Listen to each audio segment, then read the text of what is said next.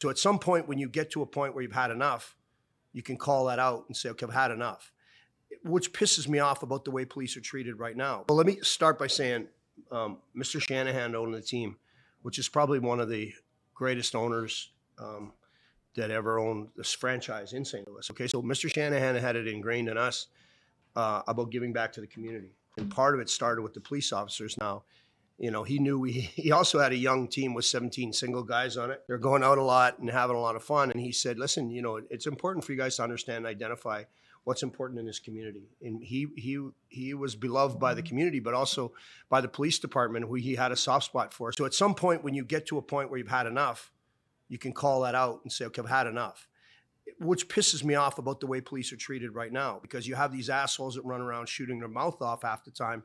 They have no respect for anybody. So when I was growing up, I respected my first and foremost, my parents. And then it was the police and my school teachers. Right. And look, you guys know you're not always in the right, but there's an authority, there's a misguided authority status now, and it pisses me off because the whole defund the police and all this shit, it drives me absolutely nuts. I can't even listen to people when they talk about it. It just pisses me off. I know how important it is, and how important order is, and structure.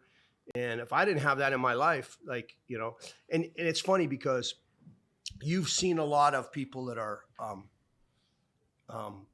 aggressive. They don't have, maybe they grow up and they don't have a chance, or they're not given a chance, or it's the only lifestyle they know. And you guys have all witnessed that. And yet you can have a compassion for that because you guys understand it. And it's funny because my mom, who I'm sure she got this quote from somewhere, but she said to me, it's funny because people never realize the violence that you went through to become this gentle. And it's true.